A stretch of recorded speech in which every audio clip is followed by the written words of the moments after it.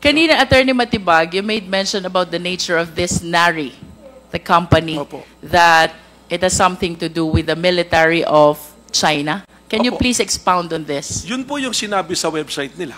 Kasi they also supply military hardware.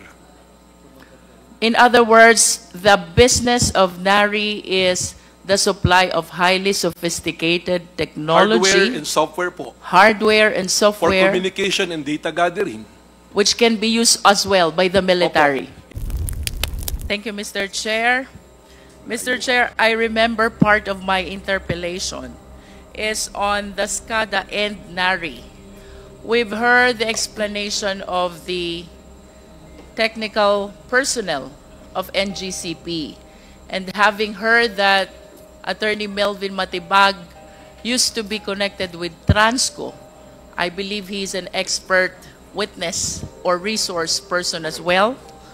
I wish to request Attorney Matibag to please enlighten us what is ESCADA, what is NARI, and kindly correlate their significance to each other. Well, yung SCADA po, thank you po, no? Yung SCADA is the system. Yung po yung, that's generic, yung parang yun yung, that is supervisory control and data gathering na ginagawa po nila. No? Yung NARI po, that is the brand of the equipment, hardware, software, na nilagay nung pumasok po ang NGCP. Before that, ang nandun po is GE, tsaka ABB. Bago pa po lahat yan, bago lahat yung mga system na yan, nilagay nila yung NARI. Kaya nung pinag-uusapan natin yung problema ng China, kaya po lumalabas yan, kaya may suspecha tayo. Dahil, kagaya ng explanation ko po, ulitin ko po kanina, ang cellphone natin, to iPhone, this is the hardware. But this is run by a software, iOS. Kayo po ba naniniwala na yung nilalagay nyo dyan, hindi nakikita dun nung gumagawa? Knowing that ang NARI is proprietary. May source code po yan. Kanina sinabi, nasa kanila raw yung source code. Parang yung election po, since mag-election, COMELEC, may source code dyan. Nakikita ng COMELEC yan. Alam po yan ng COMELEC. Bakit nilagay yung NARI? Nung tiningnan po namin kung ano yung NARI, is a state-owned company of China na sila provider po ng mga equipment, as intelligence equipment, military po, kasama po doon sa mga military grade po. In fact, when we do the research, lumabas sa website nila noong December 2019, lumabas doon sa website nila na sinasabi pa nila na 100% they control the power grid of the Philippines. Nung iniraise po namin yung issue na yan, on the next hearing, wala na po yung website. Binura na yung nakalagay na yon. Pero meron po kami noon. In fact, we provided the Senate. I think meron din pong kopya rito dahil nag-hearing din dito. Attorney Matibag, if I may interrupt, Opo. that publication, correct me if I'm wrong, is the same printout that we flashed during the last hearing. That Do is you correct confirm po. that? That is correct. Sa website po, lifted from the website of NARI. So you confirm that from the website of, is it not the State Grid China Corporation's publication and not NARI? NARI publication po yun, and NARI is a state-owned company, the same as State Grid of China, a state-owned company of China. I understand. So NARI is a subsidiary of State Grid China They are Corporation. separate company po. If we are familiar with the ownership sa China, alam nyo, mga state-owned po yan, mga government-owned. Parehas po sila.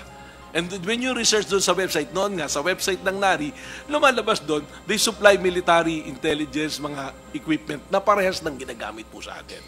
Ngayon, yung pong data gathering, ang tanong ko nga, anybody can answer po siguro, educate me.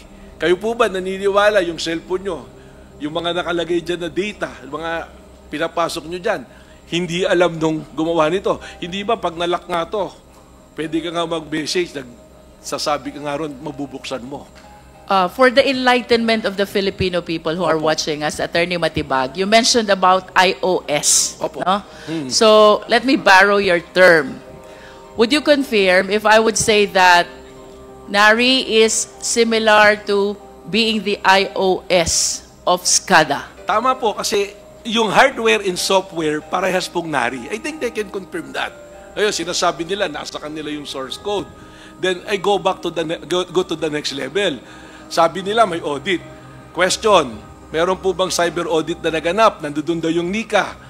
I know that eh. Kaya po sila pumayag dyan. They were ordered by the Senate at that time, papasukin, nag-imbestiga, pumasok. Ginawa nila yon, hindi kasama Transco. At my time. Attorney, I appreciate your generosity of information, but Opo. let's do this one at a Okay time po. Sige po. for us to be followed by the viewing Filipino people. Sige This po. is highly technical, and even myself find it really difficult to absorb. Opo. Let's start with, what does SCADA stands for? Is the supervisory control and data acquisition. How about NARI? What Yung does NARI it po stand is a for? brand. It's a brand. Yeah, Parang but it is iPhone. an acronym. What does NARI stands for? NARI. Wala po sa website. Anyone nila eh. from NGCP? Because according to you, yun. this is an equipment which you are using in the operation of NGCP. Nanjing Automation Research Institute. Did you say Nanjing? Opo. Nanjing Automation Research Institute. Opo. Okay. Following your statement that NARI is the iOS of SCADA, Opo.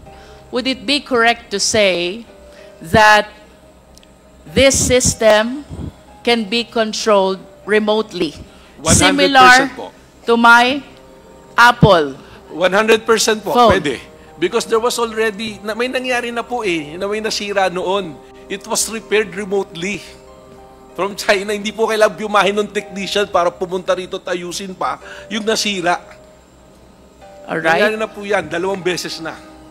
And considering that NARI originated from Nanjing, would it be possible also that somebody from Nanjing will be operating our system SCADA here in the Philippines, remote? The one operating is in Nanjing, and the hardware is here, the SCADA at NGCP. Very possible po with the technology now. 100% possible po yan. Kasi nangyayari nga po yun. I will cite an example if you will allow me, ma'am. Yes, sa Ukraine, twice there was an attack, cyber attack, sa power grid mismo. Napasok.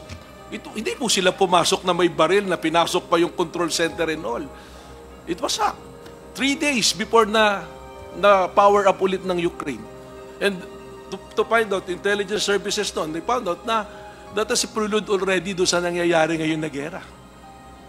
Kanina, Attorney Matibag, you made mention about the nature of this NARI, the company, Opo. that it has something to do with the military of China. Can you Opo. please expound on this? Yun po yung sinabi sa website nila.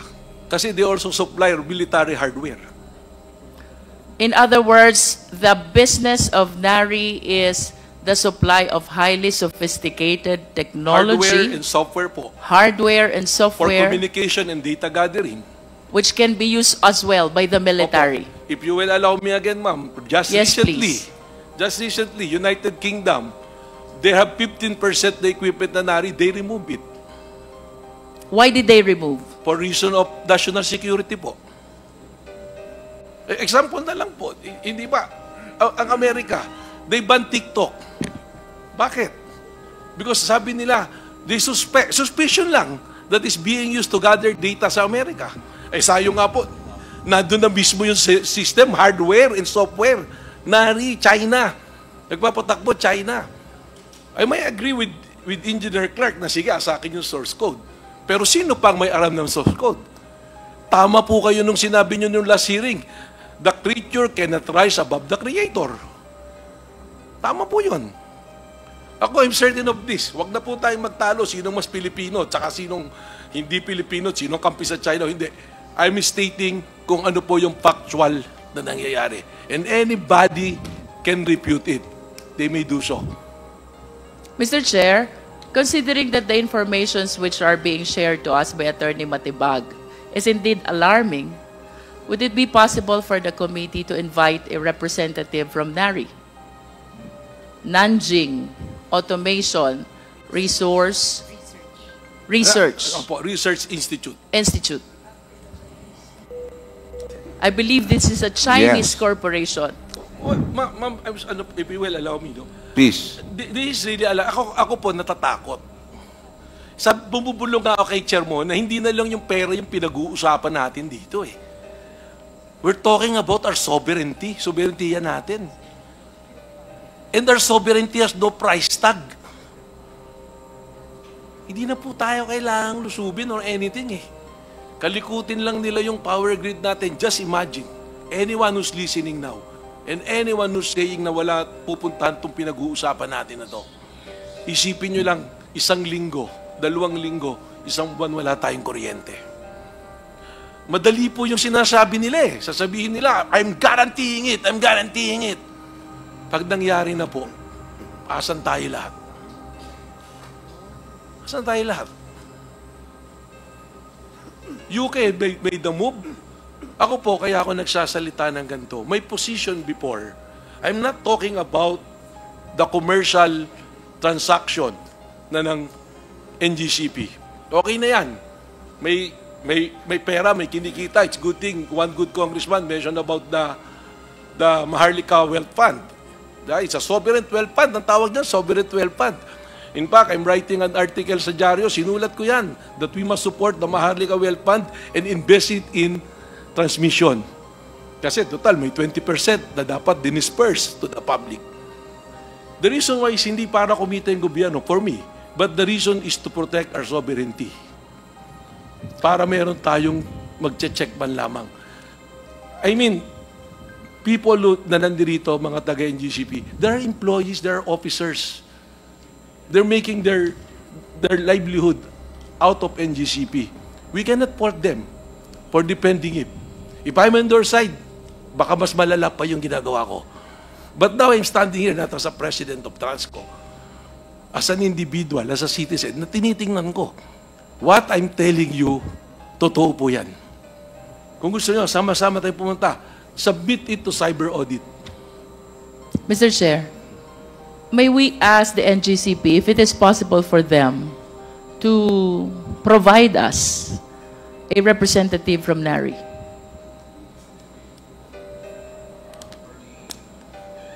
Can reply. Attorney Paul, Attorney... Mr. Chairman, can I pass the mic to Engineer Clark? Mr. Chair, I believe that the question is answerable simply by a yes or a no, whether they Yeah. will provide a representative or not, with all due respect. They would like, the question is, can we ask Nari to appear before this committee? Can you help us I to believe we answer cannot. some questions that the committee has, even in an executive session? We'll try to ask our Chinese partners, but definitely, Mr. Chairman, at the moment, personally, I cannot. I do not even know a representative from NARI. Okay, thank you. Because So this we is a will- Chinese corporation. And chances are, the people in NARI are all Chinese people.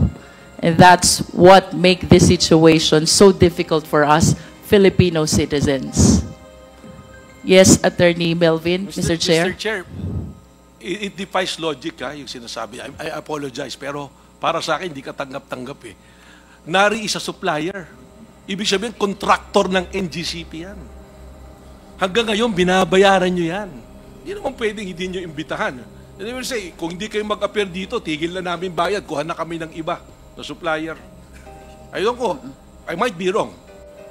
I will leave the better judgment to the honorable gentlemen and gentlewomen of this honorable committee. Thank you.